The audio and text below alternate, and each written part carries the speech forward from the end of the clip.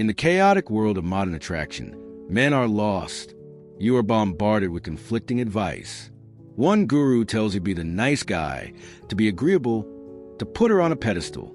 You try it, and you end up in the friend zone, watching her fall for someone who treats her with a fraction of your kindness. Another guru tells you to be the aggressive alpha, to use manipulative tactics, to treat her with disdain. You try it, and you feel like an imposter, a jerk, acting out a role that feels hollow and inauthentic. The rules seem designed to be confusing, a game where the goalposts are always moving. But what if I told you that for thousands of years, there has existed a secret source code for masculine attraction, a timeless operating system that runs beneath all the fleeting trends and flawed advice, a philosophy forged not in internet forums, but in the fires of the Roman Empire by some of the most powerful and resilient men who ever lived. This is the hidden power of Stoicism, and it is not about being a passionless monk. It is about becoming a man of such profound inner strength and unshakable calm that respect and attraction become the natural consequences of your very existence. Today, we are unlocking that source code. We are revealing the 7 Stoic laws of masculine attraction. These are not tips or tricks. These are fundamental laws of a universe, like gravity. You can either be ignorant of them and be constantly pulled down by them, or you can understand them, align with them, and use and build a life of incredible power, freedom, and deep, authentic connection. Let us begin. The first and most important law is the law of the unconquerable kingdom. This law states, your inner world is your sovereign kingdom. Its stability and value must never be dependent on a citizen from a foreign land. Your mind, your principles, your mission, and your self-worth. This is your kingdom. You are its only king. A woman, no matter how wonderful, is a visitor to this kingdom. She may be a cherished ally, a welcome queen, but she is not the source of the kingdom's power. The anxious man, the boy, makes the fatal error of building his entire kingdom for a visitor. He decorates its walls with her approval. He funds its treasury with her validation. He measures its success by her presence. And when she decides to leave, as all visitors are free to do, his entire kingdom collapses into ruin, because it was never truly his own. The Stoic man, the king, understands that his primary and most sacred duty is to the health and fortification of his own kingdom.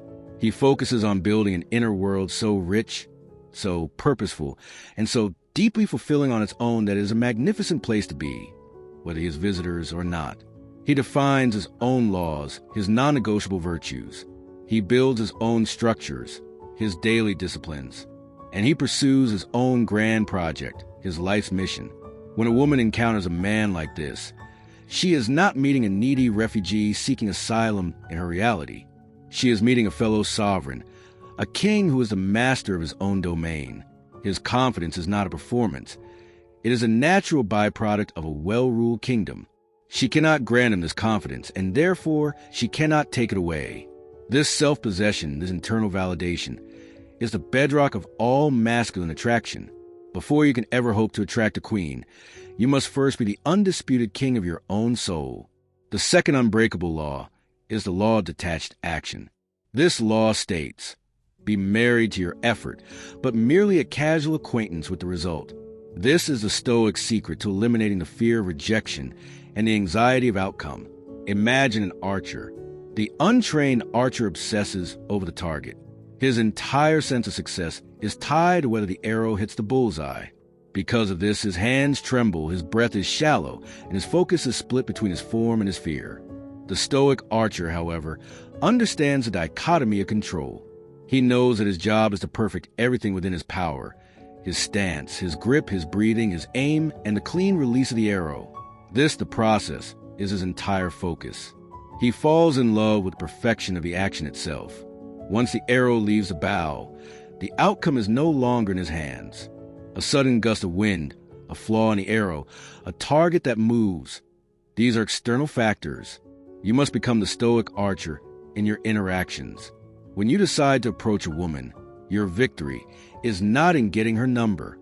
Your victory is in the courageous act of the approach itself.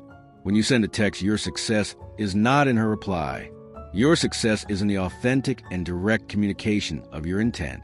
You must pour 100% of your energy into the quality of your action, and then you must radically and completely release your attachment to the reaction it produces. This is not a mindset of pessimism. It is a mindset of profound power. It makes you fearless. You can act with boldness and authenticity because your self-worth is not on the line. She can say yes. She can say no. Either way, you have already succeeded because you are a man of virtuous action. This detached, outcome-independent energy is incredibly rare and deeply attractive. It signals that you are a man who acts from his own will, not from a need for approval. We are only 2 laws in, and we are already building the foundation for an entirely new reality. If these principles are giving you a new sense of clarity and an inner calm you haven't felt before, recognize the power of this philosophy. Do yourself and the other men in your life a favor by hitting that subscribe button and share this video. This isn't just content. This is a manual for building a stronger, more centered generation of men. Let's continue. This brings us to the 3rd crucial law, the law of valuable scarcity. The law states, that which is always available is never perceived as valuable. Your time and your attention are your kingdom's most precious, non-renewable resources. The nice guy, the man languishing in a friend zone, violates this law every single day. He makes his time and attention endlessly and freely available. He will drop his own plans at a moment's notice for a chance to be in her presence. He will reply to her text within seconds, no matter the hour. He will spend hours in conversation, acting as a free emotional tampon, hoping that his unlimited availability will be mistaken for high value. It is the opposite. Abundance devalues. The Stoic philosopher Seneca wrote constantly about the shortness of life, not because he was morbid, but because he was outraged at how carelessly we waste our most precious asset, our time. A man who does not value his own time signals to the world that his time is not worth valuing. To embody this law is not to play games or to be manipulative. It is to have a life. It is the natural consequence of following law number 1 and building your own kingdom. When you have a mission, your time is genuinely scarce. You cannot be available for every last-minute whim because you are busy building your empire. You cannot text back instantly because you're engaged in deep work. Your scarcity must be authentic. It must be a byproduct of your purpose. You must build a life so engaging and meaningful to you that your time and attention truly become your royal currency. You then allocate that currency with the prejudice of a wise king. You invest it where it will yield the greatest return. In your mission, your health, your growth, and in the people who have proven they deserve it. When you do grant a woman your time and attention, it is felt as a true gift, not an entitlement. Your presence is more powerful because it is not a constant. This is not about being a jerk. It is about profound self-respect. You are teaching the world how to treat you by first demonstrating how you treat yourself and your own time. A man who values his time is a man who will be valued. We have laid the foundation with the first 3 laws. We have established the unconquerable kingdom of your own mind. We have embraced the freedom of detached action, and we have understood the profound power of valuable scarcity. These first principles are the internal work. They are the forging of the man. Now, we must take this newly forged character out into the world and explore the laws that govern his interaction, his resilience, and his ultimate perception in the eyes of others. These next laws are what separate the man who is merely respected from the man who is deeply admired and desired. This brings us to the 4th Stoic law, the law of the silent master. This law states, let your actions be your loudest declaration. Speak less than is necessary. In a world filled with noise, the man who is comfortable with silence possesses a rare and powerful gravity. The anxious man, the boy, is terrified of silence. He feels an incessant need to fill every conversational gap. He talks to prove his worth. He boasts about his accomplishments. He over-explains his opinions. He tells stories designed to make him look intelligent, successful, or funny. He is, in essence, a walking advertisement for himself. But he fails to understand a crucial truth. A man who must constantly tell you he is a king is no king at all. The Stoic master practices the wisdom of Zeno, who famously said, "We have 2 ears and 1 mouth, so we should listen more than we say." He understands that his value is not something to be articulated, but something to be demonstrated. His primary form of communication is not his words, but his life. His discipline is communicated by the state of his body. His purpose is communicated by his focused actions. His integrity is communicated by his unwavering consistency. In conversation, he is a listener. He is present. He seeks to understand rather than to be heard. When he does speak, his words have weight. They are intentional, they are calm, and they are purposeful. He doesn't waste his breath on gossip, complaining, or empty boasts. This economy of speech creates a sense of mystique and depth. People lean in to hear what he has to say because he speaks so rarely and with such consideration. A woman may be entertained by a court jester, but she is captivated by the quiet, confident presence of the king who chooses his words as carefully as he chooses his battles. Let your life be your argument. Build a character so strong that it needs no verbal defense. The fifth and critically important law is the law of the stable mountain. This law states, be the mountain, unmoved by the weather of her emotions.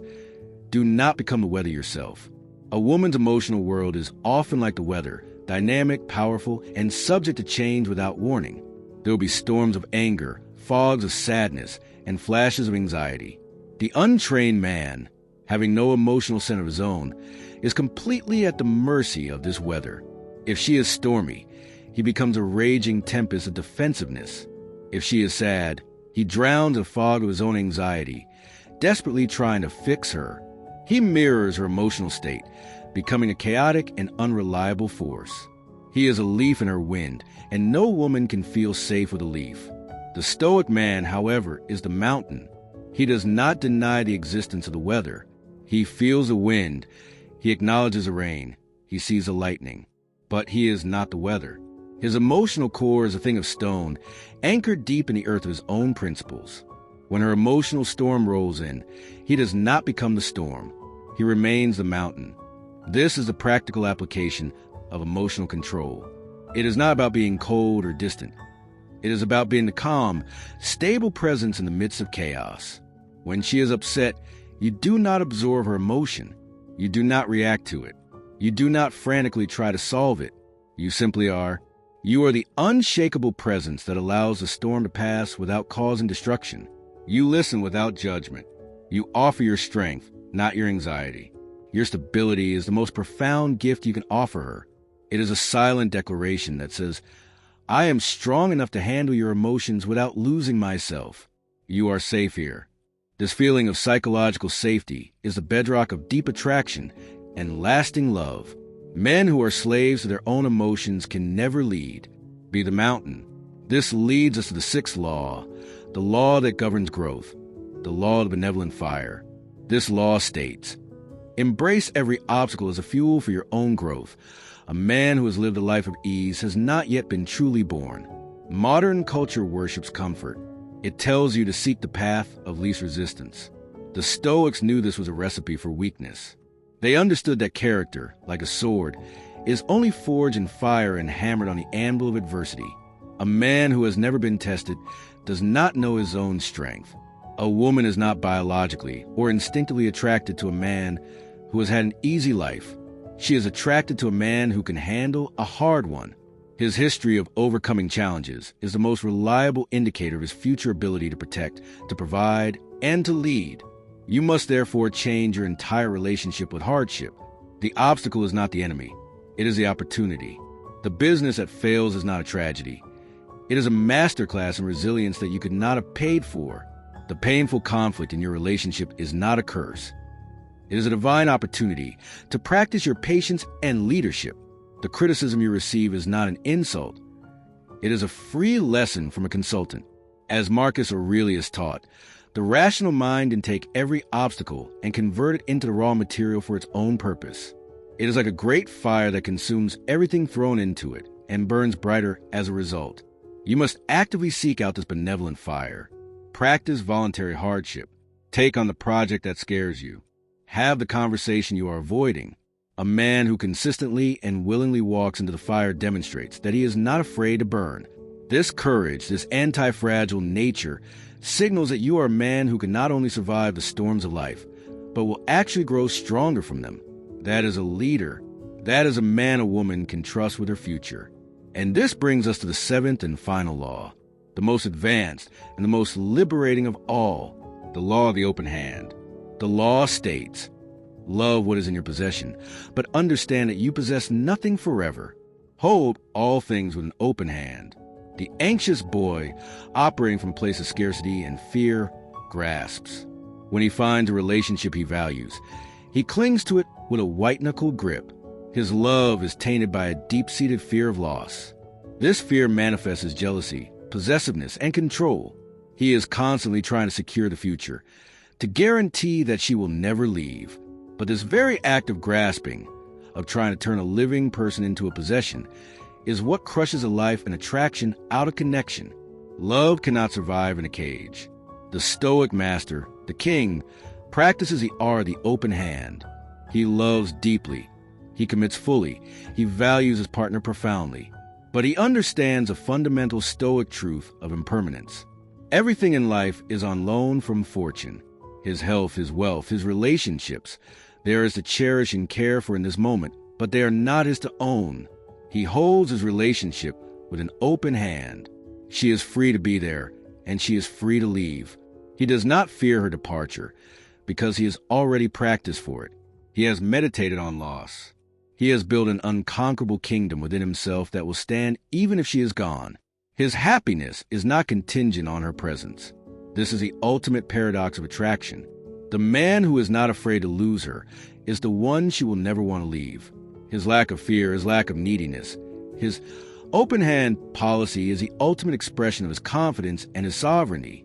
It tells her that he is with her not out of a desperate need to fill a void, but out of a conscious and powerful choice to share his already complete world with her.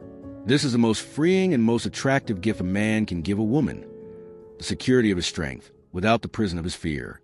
These are the 7 laws. They are not a checklist of tactics.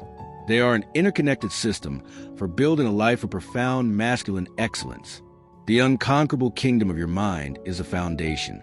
Detached action frees you from fear. Valuable scarcity builds your self-respect.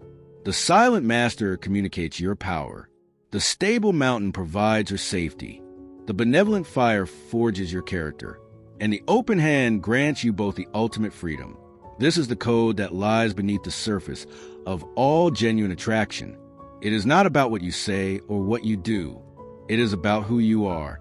It is the path to becoming a man of such deep, internal value that respect and desire are not things you chase, but things that are naturally and inevitably drawn to you. The choice is yours. You can continue to play a confusing game with flawed rules, or you can begin to live by the timeless laws of the masters. The work is not easy, but the reward is a life of genuine power, peace, and freedom.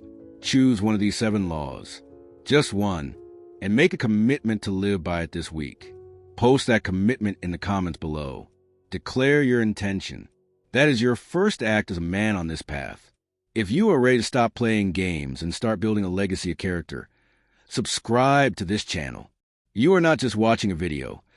You are joining a modern brotherhood dedicated to the timeless pursuit of becoming the men we were meant to be.